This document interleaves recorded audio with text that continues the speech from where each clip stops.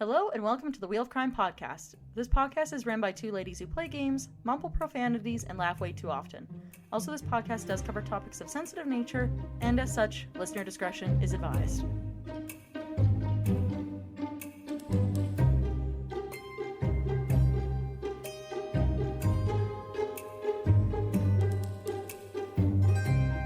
Hello, Merry Festivus! Welcome to the Wheel of Crime holiday special. My name is Jen. And my name is Emily. For a real hot minute there, I thought you were about to say Merry fucking Christmas, and I was like, we are coming in strong today. Woo! Honestly, that's the vibe of this episode. Merry fucking Christmas. Happy fucking holidays. Happy, jolly, whatever you celebrate. Merry, merry all around. Yeah, we're jingling our jangles over here and doing all the other fun Christmas stuff. And yeah, I mean, every year I feel like it comes by so fast. Like we start our Christmas shopping like early, and then all of a sudden you blink and it's like, wow, I have stuff coming in, and it's like a week before Christmas. It is time to panic. No kidding. But before we get too far into our episode today, we do have a small show update for you guys. If you've been listening for a while, you probably know that we usually take a little seasonal break around this time of year, and we will be doing that this year because I don't know about Emily, but I am tired. Yes, and not even just the being tired, which seems to be a pretty constant thing in my life, me specifically. It's also just a time of year where, the demands of family can be a really big thing, and we don't want to end up like leaving you guys shorthanded because we do not have the time or the energy to give you a good show. So this will be our cap for the year, and when you hear from us again next, will be fresh into the year of 2023. Yes, so we're taking just a short little couple weeks of break here, and we will be back with a new episode once again on January the 13th. So you can look forward to a fresh episode on a Friday the 13th. How fun. It's exactly what we would have wanted. I'm gonna take it to mean good tidings and maybe a little bit of spooky tidings, as like spice on the holiday. Good stuff. I am really looking forward to today's episode though, because we have some more listener stories for you guys. Yes, I'm so pumped. These are my favorite episodes officially now. This is our second one, and I am really loving that you guys are submitting. Wow, can't believe it. And I'm so happy that we get to hear your stories because they're very fun. Yes, always thankful. And you know what? You know how we are here. We love hearing about spooky things year round. So as we've said previously, if there's something that we talk about today where you're like, damn, I should have told these guys about my spooky story. Like, I could listen to spooky stories every day for the rest of my life. I love this kind of stuff. So feel free to send us a message or submit your story whenever you'd like. We would love to share it on the show with your permission, of course. And as for today, bundle yourselves up in your red and green warm Weasley jumper as as the Christmas goes. Maybe get yourself some spiked eggnog, as my mom likes to push onto every single family member every year. I know that the minute Jen comes to visit for the holidays, my mom's gonna be like, Jen, it's been so long. You want a rum and eggnog? And Jen's gonna have to say yes, because that's the spirit of the holiday. Because we love a festive drink. Yes. And besides that, is there anything for Christmas this year that's different than normal that you want to share with the listeners before we get into it? Not really.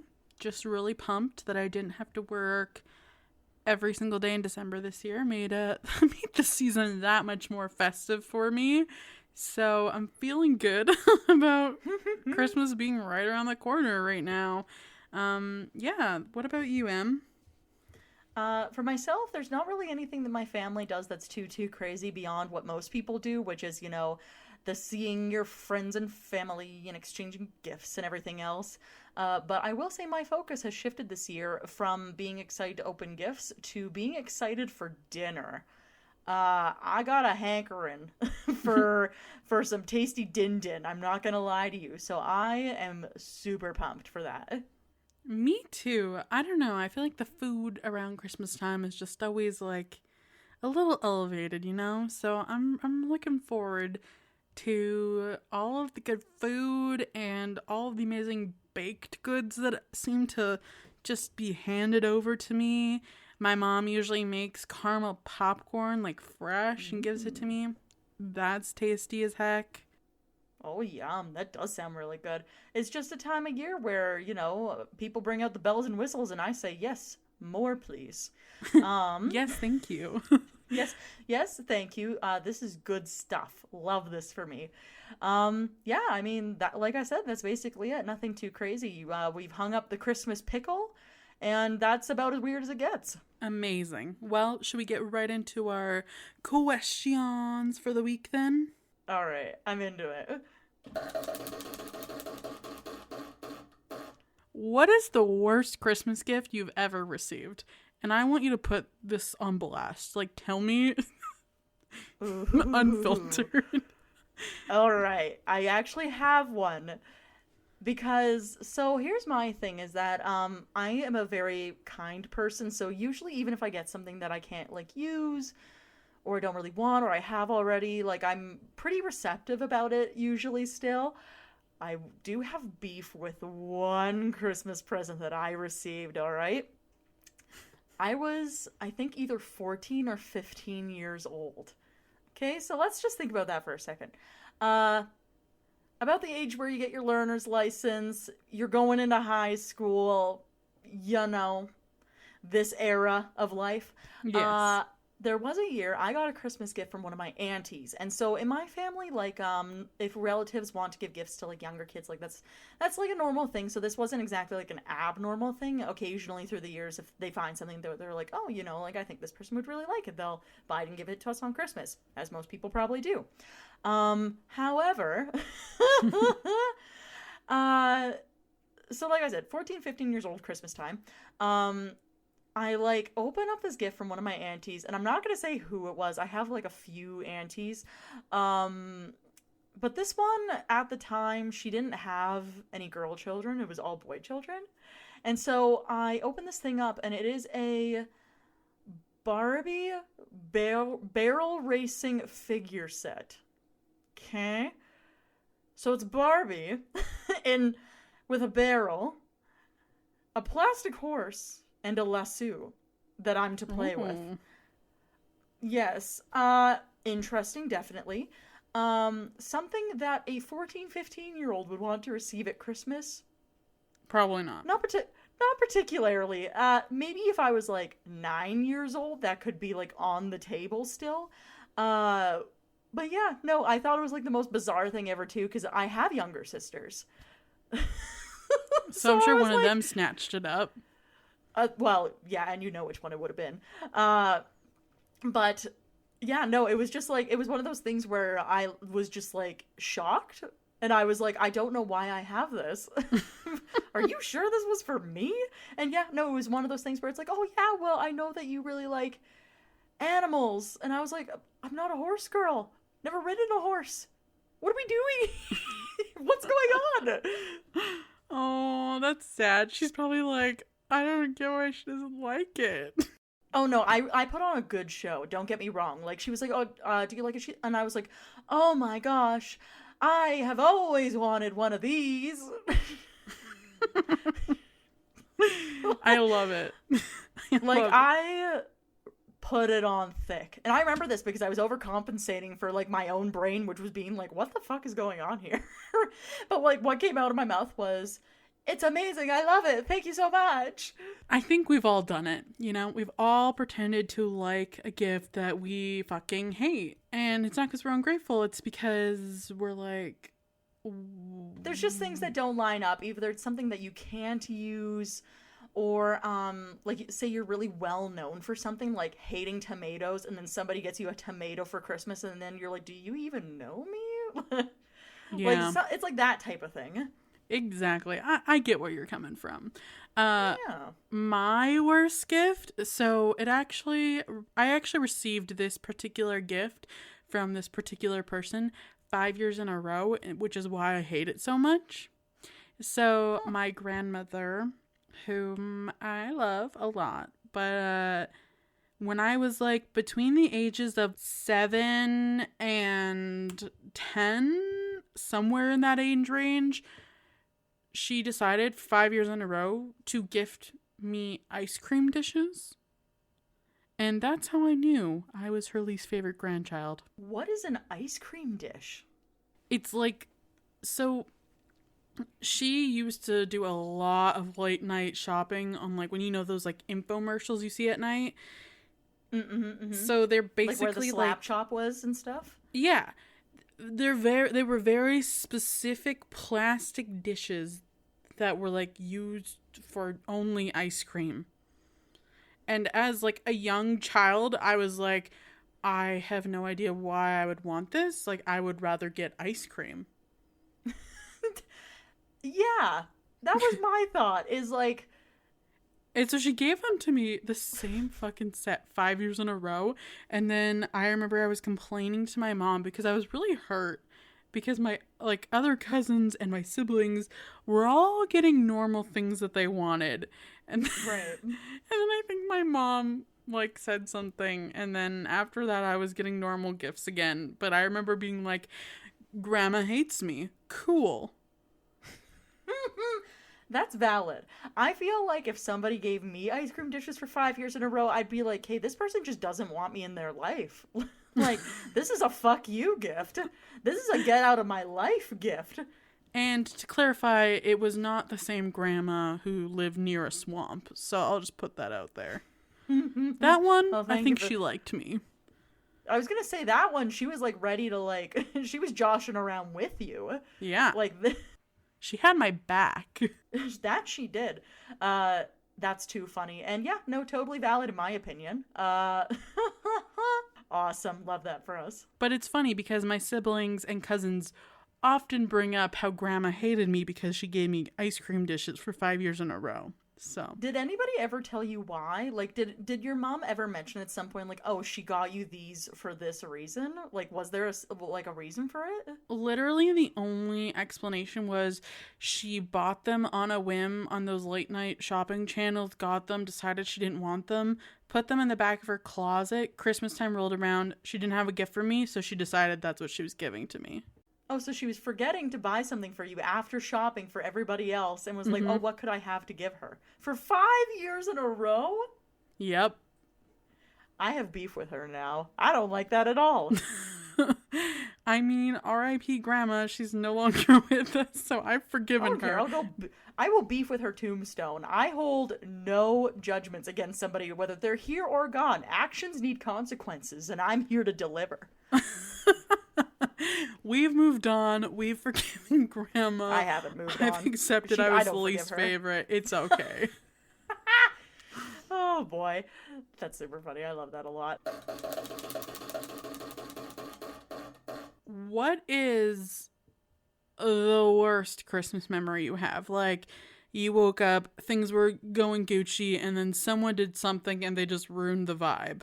Oh, I had a few years of that because being the oldest of six, somebody was always stirring the pot about something. And like, love them dearly, but my two youngest siblings constantly are at odds with each other. So like, this was like a pretty reoccurring thing where like Christmas Day comes, they pick a fight with each other about some random bullshit. And then my dad's like, and then like whatever plans for the day are changed or whatever the deal is. So I've had a few of those, but like nothing comes to mind as like a concise one, you know what I mean? Right, that's fair. I have a very specific one in mind, which is why I wanted to ask you this question. See, I was at the same grandma's house, and I Okay. right? This is And already a bad start, in my was opinion. I was given my fucking ice cream dishes from my grandma. Okay, so I was like, Right. the vibes were off. Okay, Uh-huh. immediately. Yeah. And I also had another gift to open because how it used to work on that side of the family is the aunts and uncles would draw names and they would each buy for one of the kids. And Oh, yeah. my aunt had drawn my name, like her family, so they got me a gift or whatever, and I opened it, and it was this really cute. So this would have been when I was like a little bit on the older side. I think I was 12 or 13 at the time. They got me this really cute American Eagle sweater. And if you Mm. grew up in the early 2000s, you knew that American Eagle was poppin'. If you had something from there, you were a cool bitch. Absolutely. That was the vibe for sure. So I opened this. I'm ecstatic. Had just opened my ice cream dishes, so this was like a light in the dark, you know? And my sister, who's 10 years older than me, looks over. And she's like, that's a really cute sweater. Can we switch? And like she had showed me a different gift that she got from like someone else. And I was like, no, this is mine. Like, I am keeping this. This is like my good gift. You can have my ice cream dishes if you want. Yeah, you're like pissed off. If you want to trade your gift, you can have these ice cream dishes. Literally. And so we went home that night. She was really mad that I wouldn't give it to her or whatever. I put it in the closet. Next day, Christmas happens. And then I woke up like a couple of days after Christmas and that sweater, gone. Never saw Of it ever course. again. Of course, because now it's in her possession. So then she'll only wear it when you're not there. Exactly. And I asked her about it so many times. And to this day, she denies stealing it. But I know she has it. I know Of she course does. she But does. ice cream dishes, yeah, those still belong to me. She didn't want them.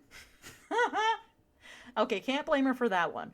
But no, I went through something super similar with one of my siblings where I wasn't the thief, but they were the thieves, and I had to put a lock on my door because I would like look in my closet after getting home from school and there would just be empty hangers in there and then like everybody would be like, well, I don't know what happened to that, and I'm like, hey, you're all full of shit and I know it, and I I mean, know it. your siblings would eat the cheese off the top of your leftover pizzas, so I wouldn't put Yeah, anything because they're past them. feral creatures, like crawling out from under the bed, being like, "Give me cheese and sweaters," and I'm like, "Let me live my life." It's so funny. I'll never get over it. I know because I still talk about it with him too, because we all know it was him by now. He admitted to it, and he's like, "Yeah, I did do that," and I'm like, one day you're gonna buy pizza, and it's gonna be so good. And then in the nighttime, I'm gonna slip on over there and snatch the top layer off your pizza, and I'm gonna eat it. And you will have nothing but crust. Suck it.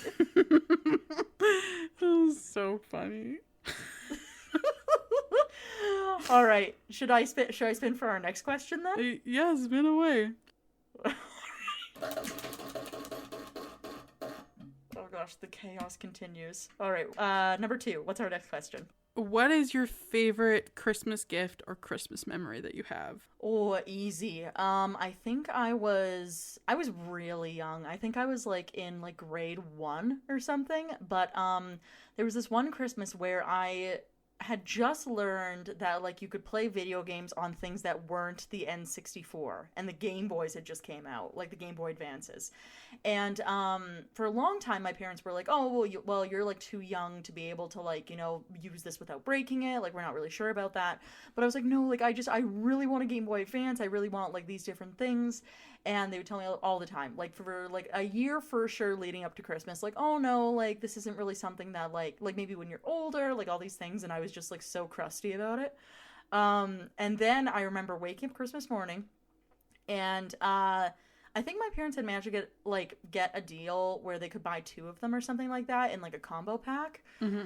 So they got not just me a Game Boy Advance, but my brother. So then we were able to actually like play games together for like Christmas Day. They like figured out that like you could get like a connector cable so that like you could like trade Pokemon and do other things, and like I got like my first Cute. copy of Super Mario, and like that was like in my memory just like the best Christmas day ever, because I was like, I get to play this, and it's this thing I've wanted for so long, and like this shows that you guys like trust me to be responsible with it, and I get to play with my brother. And so for me that was like, I think one of my like definitely one of my top Christmas memories for sure. Cute. Yeah, I still have the game and the Game Boy. That's amazing. One of my favorite Christmas memories of a recent was my brother had moved to Toronto a few years back, and he hadn't come home for Christmas in a few years, which was sad because, you like seeing your family at that time of the year. But Yeah. he came back one year for the first time in a few, and they had come out with the Super Nintendo that had like all the preloaded games and stuff on it. And so I remember like on Christmas Day, he like brought that out, and me, him, and my partner John were all like sitting on my parents' living room floor, and I was just like fucking destroying them in Street Fighter. Like, I was literally about to ask you if this is where the Street Fighter came in, because for all of our listeners, Jenny, they now own, it's like every edition of Street Fighter on one of their consoles, and challenge everybody who enters the house to a street fight. Jen's like, hey, welcome to my home. You want to play Street Fighter? Pretty much. This is where that began. This totally makes sense. But I know which one you're talking about, though, because they also have like an old version of Mario Kart on it, which I played with my siblings one year, not for Christmas, but it would have been like around then sometime, maybe in January. And I was just crushing people playing as Yoshi, and they were like, why can you do this? I don't understand how the controls work. And I'm like, eat my ass. Yeah, that's honestly like one of my favorite parts about Christmas is just like playing video games or board games with like the fam and just having fun, Good vibes. Yeah, I do really like that. It's like the bonding part of the holiday is always fun. It did remind me though, yeah, fa la la la la. Another one which would have been close to the Game Boy year, we got the game of Clue for the first time, and Ethan and I, my brother who's closest to me in age, he and I were playing Clue with each other, and my other siblings weren't quite old enough to understand the rules yet, but like we were just getting such a kick out of like the game itself, and he made a rendition of a Christmas carol, or like a Christmas song, the one where it's like da da da da da da da, that one. So all day afterwards, he was singing this like that song, but instead of it being the music, he would go plum trophy spa, because he was Mr. Plum with the trophy in the spa, and he killed everyone, and it was just the funniest thing ever. And then all day, plum trophy spa, plum trophy spa, plum trophy spa, plum trophy spa. And I was like, I'm gonna kill you. But it was actually a lot of fun. It's a good memory now. Oh, that's so sweet. I love that. Yeah. All right, let's get our last question out of the way then. Okay.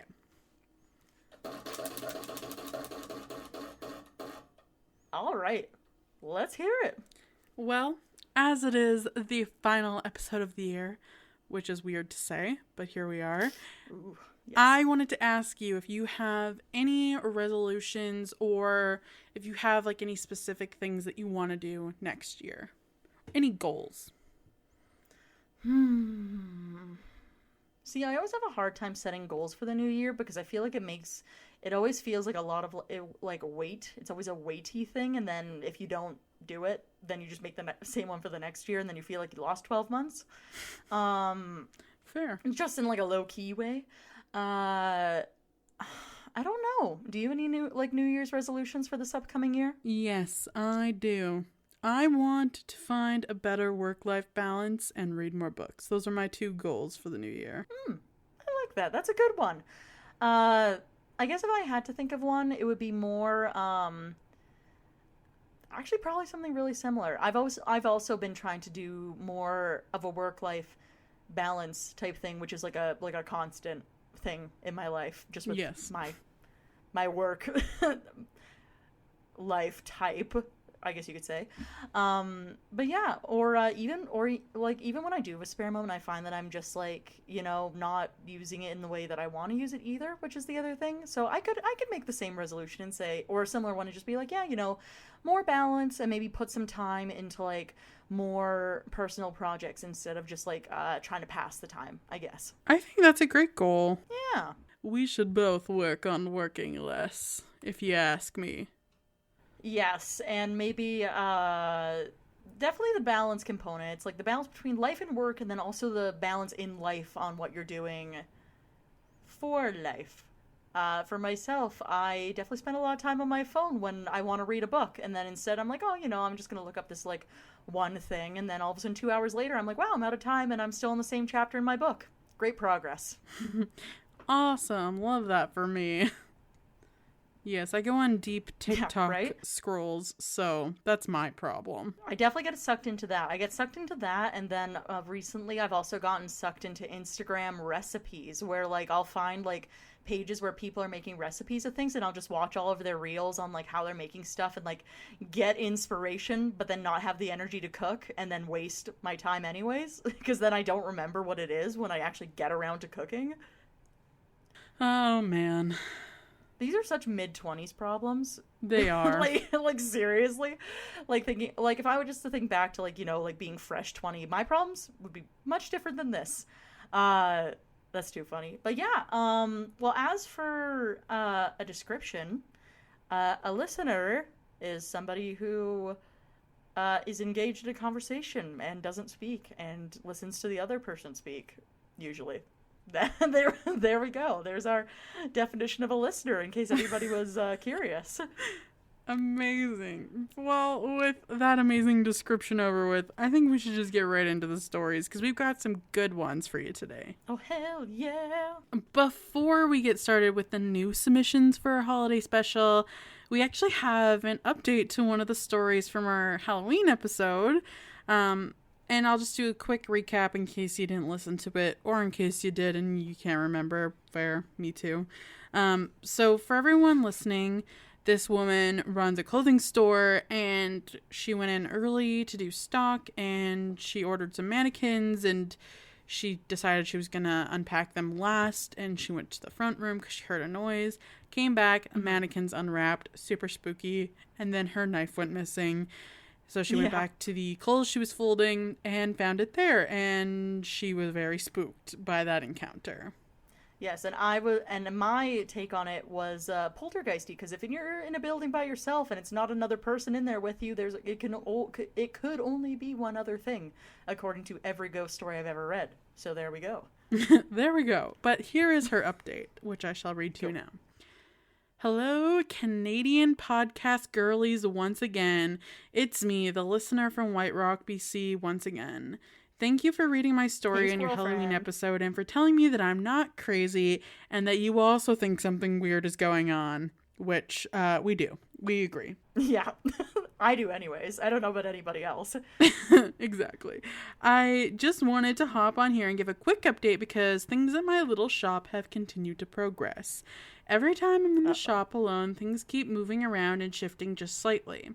I started getting really freaked out and unsettled, so I decided to make a career change. That's hysterical, Girl, but I totally understand. That is drastic, but I love it. Oh my god. Everything kind of settled down after I quit the shop, but recently I've noticed the activity picking up again at my home. Stop it. No. She says last night. Oh my god. No. So she said last night I got up to go to the bathroom and I left the door slightly cracked. I did this because I have cats and they usually come sit with me in there. The door swung open and I turned my head expecting to see my kitty, but nothing was there. I heard meowing from downstairs, so I got up to go check it out. The back door was open. I was really freaked out because I thought my cat had potentially escaped, so I went outside to look for him. Thankfully, our backyard is enclosed and the fences are high, so when he wasn't out there, I figured he must still be inside. When I turned around to go back in, the door slammed shut and was locked. I don't like that at all. I pounded on the door for over an hour until my husband finally heard me and came down. I told him what had happened, and he's still not sold on it being paranormal. My cat was apparently cuddled up and on my husband's head the whole time. He genuinely thinks I'm crazy. Well, I mean, that's usually what happens, is if you see something spooky and you tell the person you live with, they're like, that sounds like baloney. Not sure I buy it. I don't like that. That is unsettling. No. Well, and that's the thing, too, is like on one end of the spectrum, it's like, okay, so either it's something like paranormal, like I mentioned before, like poltergeisty, or on the other end, it's like you've got like some like a stalker situation, neither of which are good. But yeah, those are both terrible. Yeah, both awful options. But yeah, no, but I will say, like, just because, like I said, when you read the stuff that I read, they usually tell you, like signs of poltergeist activity and that kind of thing. They do say that if they attach themselves to a person, that they will follow that person until something's done, and either you set boundaries or you have, like, a cleansing done on yourself specifically, because if it's following you from place to place, it's not tied to the place, is the deal. And then on the other hand, I would definitely maybe get some, like, cameras that have video camera on them, just in case, because on the other end, if it's following you from work to home, either way, bad news. I don't like it. It's a hard no. It's a hard Definitely no. Hard no, and oh boy. But yeah, that's what I got to say about that one. And don't like it. Well, thank you for the update. Please send another so we know you're okay and not dead. Other than that, I have no idea what to do. That sounds terrifying for you. My vote is cleanse your house, cleanse yourself, tell it to fuck off, and put a camera on your door. That's what I'm recommending. The official advice. You heard it here first. Good luck. Those are my big four. Oh God. And yeah, it checks out to me that a man would be like, "You're just a noodly," because that seems to be a common thing. All right, but I will now get into our next listener story. Take it away. Hello, ladies. I just wanted to say that I loved your October listener stories episode, and I heard you were accepting stories for the holiday themed one, so I thought I should get mine in ASAP. She's on it, or they're on it. I don't know who they are. Oh, we're glad that you guys liked it. That's so nice to hear. Yeah! So, this is a story of a petty crime and revenge. Ooh. My sister was a total jerk when we were growing up, and her and I fought constantly. I think it's because there was a pretty big age gap between us growing up, but anyways, my family and I were traveling over Christmas break, and before we left on vacation, I decided I was ready to introduce my new boyfriend to the family. Okay. That's a big step. Yeah, it is. He was planning on coming over for dinner that night, but that afternoon I got horribly ill, which, like, I feel like when, like, these kinds of things happen in life, there's always something that happens to just fuck it up perfectly, and you're like, awesome. Love that for me. Cherry on top. I must have had food poisoning or something, which, yeah, that would check out if you got sick, like, right away, because that happens to me, like, all the time. But I wanted my boyfriend to come over anyways, and we were making it through dinner, but I was still feeling really nauseous, and my sister knew this. So what does she do? She punches me in the gut. Excuse me? What? And I barf all over everything.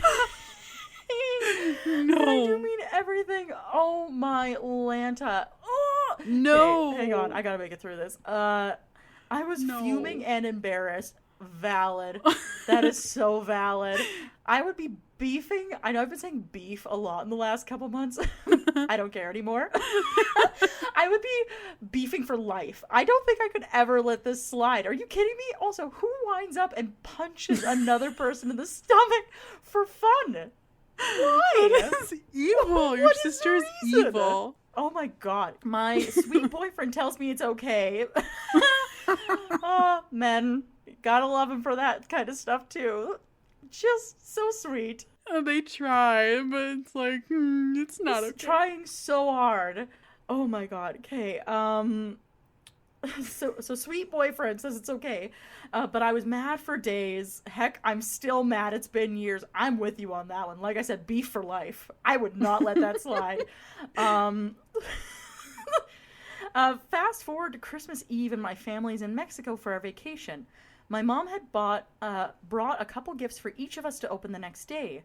So when everyone was sleeping, I carefully unwrapped all of my sister's gifts and replaced the gifts with sand and dirt, and then rewrapped them. Oh man, I love this. This is feeding my evil little soul. This is brilliant. I love it.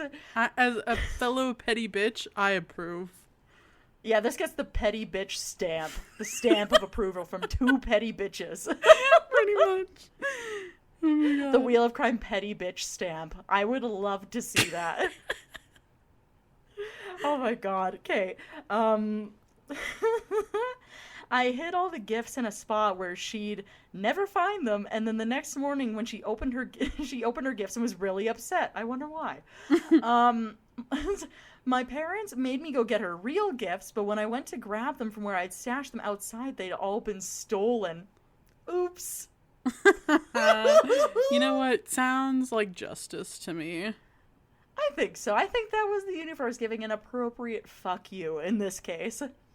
As an older sister, what would you do if one of your younger sisters did this to you? I would probably go into a blind rage, and I'm not sure what would happen after that. I think I'd just rampage through the house like She-Hulk and like black out. I don't know. Oh my god. Blackout. I don't know, man. See, I'm one of those people, though, where I don't really like it when people touch me, and I'm not, like, expecting it either in the first place. Like, I like having a personal bubble. So already they've crossed one boundary by, like, one, punching me at all. Secondly, in the stomach after I was like, oh, I think I might barf today. And then they're like, Hurrah! And, like, get me in the gut. Like, at that point, that is just vengeance on the way. Like, I would not sit back and be like, oh, karma will take care of it. I'll be like, in this minute, my name is now Karma, and I will be taking care of this problem. I do love that she waited for the perfect moment to execute her revenge. Very well done. That's what I'm saying. Petty bitch stamp of approval. Like, this, it speaks to me. I love this sitting on it and marinating on it and concocting the perfect plan. I think this is great. I love it. That's amazing. Thank you. Thank you for sharing your pain. It made us laugh greatly. Yes, it did. All right. So our next story, they say, here it goes. My mother died when I was 10 years old from a drug overdose at the end of December. As you can imagine, this made the holiday season really difficult for me. When she died, I had no other family to stay with, so I ended up in foster care, which is a nightmare in its own right. That for sure. I have a couple relatives who have been through the foster care system and that have since then been adopted into my family, and everything that I've heard so far is no good. Not good business. None of it. Yeah, that's sad. I'm sorry, dear listener. That's not good. No. But being in the system meant I spent Christmas with many different types of families. There was one in particular that was really bad. I was a 14-year-old girl and I was placed with a new family. The family consisted of a mom, a dad, their 3 biological sons. Honestly, the mom was great and she made me feel safe and welcome, but the dad had just been laid off, so he was at home with us kids while the mom was out working. Dad was okay. He barely spoke to me, and as long as I steered clear, we had no issues. See, that's the thing I don't understand. If both the parents aren't on board and, like, wanting to, like, take in this child, why? Like, I don't get it. From what I've heard, at least from like I said, the people I've talked to, it's usually a case of like the one just kind of goes along with whatever the other one wants most of the time. And then there's also a financial aspect where a lot of these families make money by having foster kids with them. So it's just something that like they view as like, I'll tolerate it for, however long, and then we'll see what happens. Is kind of like the mentality. That's awful. I that is just It's terrible. icky. Yeah. I don't like it either. Gross. The sons, on the other hand, they were out to get me. The eldest brother, who was 19 at the time, was truly the ringleader. He hated me because I turned down his advances. Ooh. Oh, gross. Get She's the fuck 14. out of here. I don't like Barf. that. Mega barf. Anyways, I had been with the family for a few weeks at this point, and we were all home on break from school for the holiday. It was nighttime and pitch black outside. The dad was out with the middle son, and the mom was out working. So the only people home was me, the older brother, and the youngest brother. The young one is about 7, and at the time he comes knocking on my door. He asked for my help taking out the garbage because it was too heavy for him. I agreed, and we started walking out towards the alley where the bins are. We get to the back gate, and the young brother pushes me down into the snow and dumps his bag of garbage all over me and runs away. Naturally, I burst into tears, and I start picking up the garbage and putting it all back in the bag. That's so mean. That's evil. What the fuck I'm is literally wrong with gonna people? cry. Because, like, I can totally, like, now that this situation has ever Envision happened what to me. has happened. Yeah. But, like, that's just so mean. Once I had all the mess sorted, I got up and walked over to the gate to throw the trash away. The older brother was in the alley waiting for me. My stomach dropped to my feet, and I instinctively turned to run away, and he grabbed my ponytail and threw me to the ground. He proceeded to sexually assault me in the back alley, my face smushed into the gravel-covered snow. I begged him to stop, but he didn't. Once he was done, I just laid there. I have no idea for how long I was there, but eventually a neighbor found me and brought me back home. By then, the dad was home and screamed at me for, quote-unquote, trying to run away. I guess the older and younger brother had said that I pushed the younger one outside and then tried to run away because I was afraid of getting in trouble. My social worker had to come to the house, and it was a whole thing. I tried to tell her I didn't run away, but no one believed me. And the kicker was the dad wanted to press charges on me for assaulting his young son. I spent Christmas in juvie that year. I would say it was probably my worst Christmas ever. Valid. Yeah.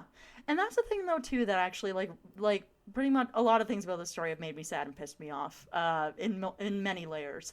I think one of the big things for me is the amount of times I've heard about, like, abuse happening in these foster homes, and for whatever reason, they choose not to believe the person who's been attacked, and it's like, okay. It makes no sense. Like, you're putting these children into such vulnerable positions, and then when they try and tell you what's happening to them, you're just like, no, you're a liar, actually. Yeah, well, I know a lot of these situations, again, if they bring it up when they're older, that's when they decided something serious, because then apparently you're more accountable if you tell stories as an adult versus when you're a kid, which I think is stupid anyways. It is. But she says, just as a wrap up for whoever may be listening to my story, I will say that I'm 18 now and I live with a great family who ended up adopting me. I recently told my family this story and we're looking to what can be done, so that's what I'm hoping for this year, my own Christmas miracle of sorts. I did keep tabs on the older brother and he's married with a son of his own now. I think the best example for his son would be his dad admitting and paying for what he did to me. And honestly, agreed. I think so too. Yep. See, that's the thing. Like, getting older does not excuse this type of behavior because it's still criminal and predatory. Like, you assaulted someone and that's just, like, not okay. No, it's never okay. It doesn't matter who you are or how old you are or what your justification was or what the situation was. Never. Not even once will it ever be okay. But I will say for our listener that my relatives that I was speaking about who were in foster care and have since then been adopted into my family, this would have been a few years ago now, but they did have a family who something really similar happened just with the assault situation. And were able to bring it to court and have charges pressed against the father of the foster family who had abused them. So there is still the possibility for justice. Hopefully. I really hope that this person has to pay for what they did, because it's just so unacceptable. And I agree, it would be a good example for his son that consequences have actions, and you can't just go around doing whatever you feel like to whoever you feel like doing it to. Oh, especially, yeah, like, ugh, so gross. But yeah, thank you for sharing your story, dear listener. I know this is probably a heavier one to share, but you know, it's also good to tell your story, because you never know, it might clear the air a little bit for you to, like you were saying, seek your own justice, and that would be awesome. Yeah, I hope it does. Yeah. All right. I will make our next listener story happen next. Ready?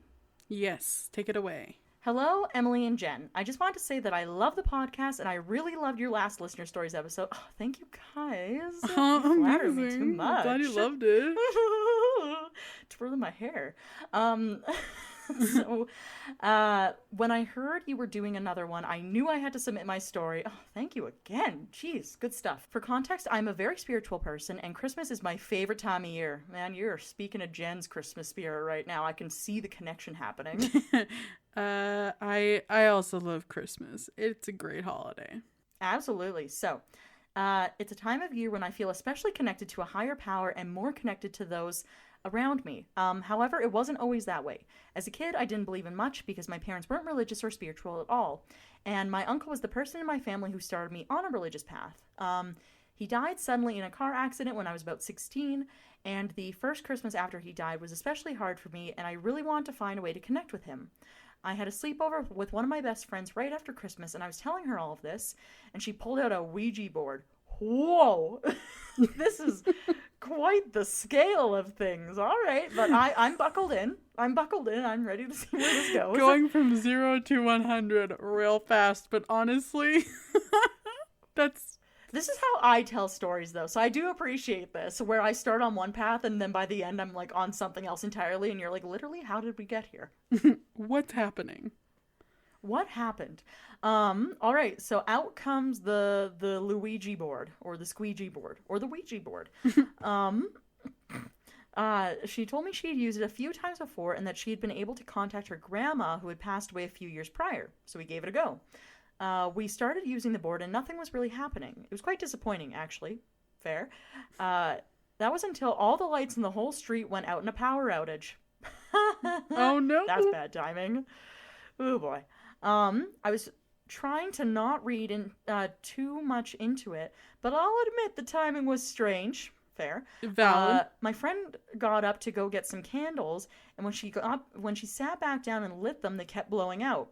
Yeah, I don't like that. Oh, I swear she tried lighting that candle at least 6 different times. We got up and went downstairs together to try and find a flashlight in the pitch black house. The flashlights were in her garage, and as we were searching, I swear I felt somebody's cold breath on the back of my neck. Okay.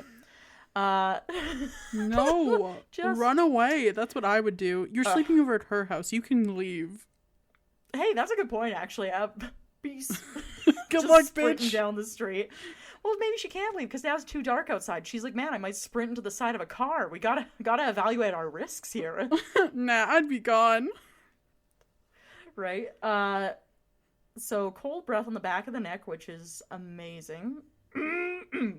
I turned around thinking it was my friend playing a trick on me, but she was across the garage looking through a box. We eventually found the flashlight and ran back upstairs. When we got back to her room, the air was so cold. We were both scared, so my friend started packing the board up, and then the door slammed shut, and the lights suddenly came back on in the house.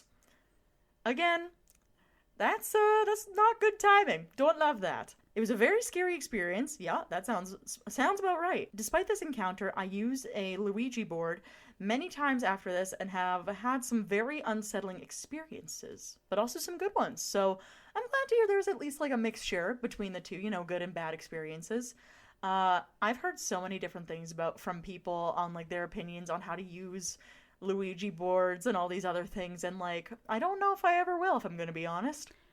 That's a hard no from me. I would never, nor will ever want to. It's just, that's too spooky for me. I'm tapping out there. Yeah, it feels like this is one of those things where I'm like, I feel like I'm inviting the bad vibes in and saying, "Here, come live with me in my house," and I don't actually want that. I'm good. I They can don't want keep their bad vibes in my secrets. home at all. Only good Yeah, like vibes. not in any form, in any kind of way. Exactly. It's a But no. no, that is super spooky though, especially like having everything turn on right after you put it away. Don't love that.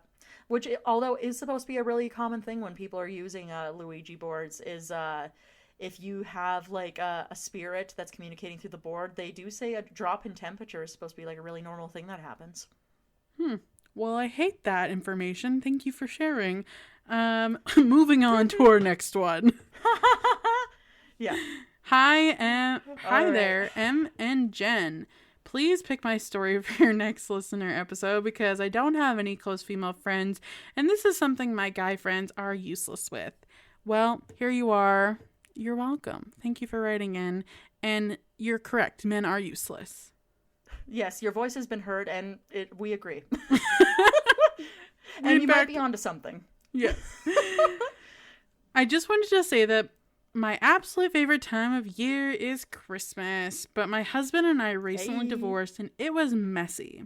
Let's call him Rick. And with Rick the the season Dick. coming up, I was thinking of him again and missing him. I am writing this in hopes of talking myself out of this relationship. Rick is a well-known lawyer in our hometown who has gotten himself into some legal trouble, and he's currently in the process of being tried for some alleged criminal activity. I heard you talk about jury duty on an episode recently, and it hit a little too close to home.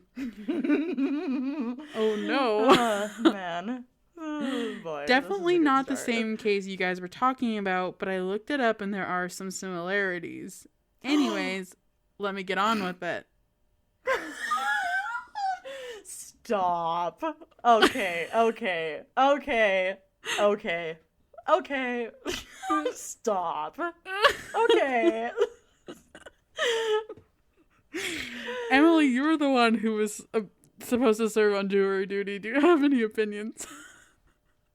Well, considering I think I mentioned on the podcast that I looked into the case that I would have been going to jury for, and it was a lawyer who had partaken in some alleged activities, and it was a pretty well-known case that they had to move to another city. I mean, this does hit a little on the nose, I have to say. That's so funny, but I love it. So she says, it was last winter that was kind of the final straw for Rick and I. I remember the night that I decided to leave him really vividly. He'd gotten word that he was being called in for a deposition a few weeks later, and that night he found out that most likely the criminal charges were going to court. Things were moving slowly though because of COVID. I could see the river from our window, and I was looking out at it with a glass of wine in my hands, and Rick came down the stairs in an absolute rage. He'd been in a mood, understandably, but it always made me anxious when he was like this. I turned to look at him, and he berated me for drinking wine, yelling that I was an alcoholic. I'm not, but okay. He slapped the glass out of my hand and told me it was my fault that he was in legal trouble because I didn't work enough and he did it to support us more financially. Literally, I stand by fuck what I this said man. earlier. Like, literally, when you mentioned this man's name, I was like, Rick the Dick. And then I was like, okay, I can't say that. I don't know what he did yet. No, I stand by that. Rick the Dick. I like that one. Literally, there's nothing to miss. This man is a man who does man things, So, and that's terrible. if I was to pick if I was to pick this apart right now, it's like, okay, he's in legal trouble. He feels bad about it. He's looking for somebody to blame. He sees his wife having a glass of wine and he's like, oh, she seems like she's having a good time and I don't like that. So I'm going to invent an issue that's not actually an issue so that I can project how I'm feeling onto her and make her feel bad because I feel like shit and I think everybody else should feel bad too. That's what it says to me, but I'm just speculating here. We're just speculating, but that's exactly what's happening here. You stop that. We can't. We're not here to state facts about things we don't know anything about. we're hearing what's happening, and this is what we think. I packed up the next morning and left, but a lot of our mutual friends and even my own family say that I'm really selfish for leaving him while he was in legal trouble. People in our hometown are calling me a gold digger and saying I was only with him for the money, and that now that he's fallen on hard times, of course I left. But the truth is, I left because of his emotional and physical abuse. Am I really that selfish for abandoning him in his time of need? Fucking hell no, girl. Get the fuck out of there. This is such a thing too, where like people will always go after the woman and being like, look at you and what you've done with like, you know, leaving him or whatever. But then if the tables are turned and it's the man leaving because of these things, they're like, oh no, you did the right thing. Oh, nah, nah, nah. I know. So biased. It's a stupid double standard. I feel like from what you've said, you're totally in the clear to leave his dumb ass. That's the thing, though. I stand by what I said by everybody needs therapy, especially most men, because most men I know, anyways, don't do that. And I think that's kind of an important thing for everybody. Yippee! Agreed. But with that, let's move on to our final story. All right. So, hi, ladies. I am writing to you from a small town in Pennsylvania. My family owned a funeral home or I think it says funnel home. I think they meant funeral home. That's what I'm rolling with it. They lived in a bakery. No, that's not true. Yeah, right. A funeral home. Growing up, and my family lived in the upstairs area of the funeral home. That would be a very interesting experience, living in a funeral home, actually. I can't even imagine, but I guess we're going to find out. So, my parents bought the business when I was in elementary school, and I became very aware that when people die, sometimes their spirits hang around. Yeah, that seems like a natural thing that would come with living in a funeral home, I would imagine.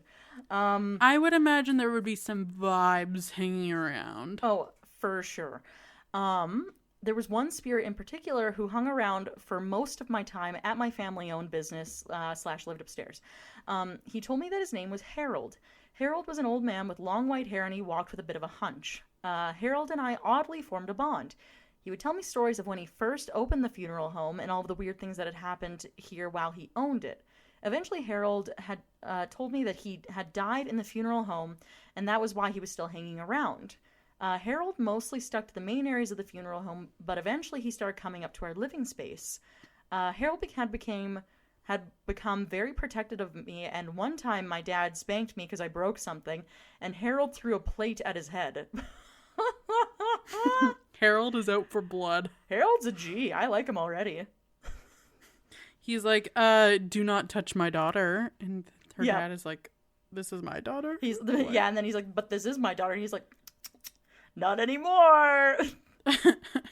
She belongs to me now. That's funny. My dad was not a believer in these sort of things, and even though it would have been impossible, he blamed me for throwing the plate, and I was in even bigger trouble. Uh-oh. Again, that sounds like a very mannish, daddish thing to do. I don't know how this happened, but it's your fault. Classic dad. Literally. I was a kid, and this made me mad at Harold, and I started to try and ignore him. Harold had been a kind spirit, or so I thought, but after the incident, he became progressively more aggressive towards me and my family. He never physically hurt me, but my mom started to constantly wake up with bruises on her arms, and my dad would walk into rooms and have things thrown at him or be pushed into things. I would wake up and Harold would be standing in one corner of my room just watching me sleep, or he'd steal my things and hide them in the basement because he knew I hated it down there. This is actually also something interesting about ghost stories, like this type of escalation. Supposedly, a lot of people believe that, like, if there's such a quick turn in behavior after you stop feeding into what the spirit wants you to do, if it's like talking to them or whatever, they'll become aggressive because they might not actually be what they were pretending to be initially. Oh, well, that's a horrible thought. What would they be? Well, most people will be like, oh, it's some kind of like demonic entity or a bad spirit pretending to be somebody else to like leech energy off of a person, basically. Awesome. Either way, I'll carry on and see where this takes us. My favorite toy that I had gotten for Christmas that year had gone missing, and as I was helping my family with chores around the funeral home, I heard it making noise in the basement. When I went down to get it, Harold locked me in there for hours. My parents were freaking out because they couldn't find me, and when they finally did, we all had enough. My parents decided right then and there that we were going to pick up and move across the country, and we never saw him again. Good. Goodbye, Harold. Dads always do be overreacting, and then when shit hits the fan, they're like, yeah, no, like, let's go. Like, I don't want to be here anymore. Yeah, no, they're all snaps. They're like, I'm a believer. And you're like, you are full of shit. Get out of here. But I'll just get through this last line here. So our listener says, although sometimes when I'm by myself, I swear I see him in the corner of my room, just out of the corner of my eye. But when I look, he's gone, and I try to convince myself that it was just my mind playing tricks on me. And I hope so, because the last thing you need is some maybe spirit, maybe not spirit, following you around for the rest of your life because it's decided it has beef with you from one time when you were a kid. Yeah, I don't like that. If I thought I saw some fucking ghostly old man out of the corner of my eye when I was at home alone at night, I don't know what I would do. I would be like, I'm just going to put bleach in my eyes now so I can never see you again, Harold. I'm going to go to bed, I'm going to wake up and pretend that was a dream. And that's how that's going to go. Harold, I never want to see you again. I am having my eyes removed. Over, Harold. We're no longer friends anymore. Get out of here, Harold. No one invited you. Oh gosh, yeah. But yeah, that concludes our listener stories episode, everyone. Woo! That's it. Oh my god, I can't believe we are done for the year. That is so flippin' weird. What a year. Certainly is. I can hardly even believe it myself, but I am excited to see what 2023 brings us, because I'm putting vibes out there that it could only be better. That's what I'm hoping for. That's what I'm praying for. That's what I want. That's what I got. Only up from here, baby. Baby. All right. And with that, if you like today's episode and you want to let us know, you can leave us a review on iTunes, Apple Podcasts, Spotify, wherever you listen to podcasts. A good review gets us a long way and helps with the algorithm, so we would really appreciate that. Other than that, if you want to learn more about us, we have a website, which is www.wheelofcrime.com. You can check us out there. We also have our social media, which is Facebook, Twitter, Instagram, and TikTok, all at Wheel of Crime. If you want to send us an email and say really anything you want to us, our email is wheelofcrime@gmail.com. And we also have a Patreon, which is Wheel of Crime at Patreon. If you want to check out the show and donate and get a little something for your actions, you can do that there. And otherwise, we will be keeping our document open for any future listener stories. If you say, listen to this, and you're like, man, I hope they do another one again soon, and then talk about some of the experiences that I have, you can feel free to submit using the same link that we've kept up through our Halloween and Christmas episodes this year. And we will probably be looking at doing another one in the new year sometime. We'll see kind of how that all goes and whatnot. And yeah, I think that concludes today's episode, basically. For sure. Yep, that's it. That's all. We'll see you on January 13th for another new episode. And we will see you all next year. Okay, bye. Bye.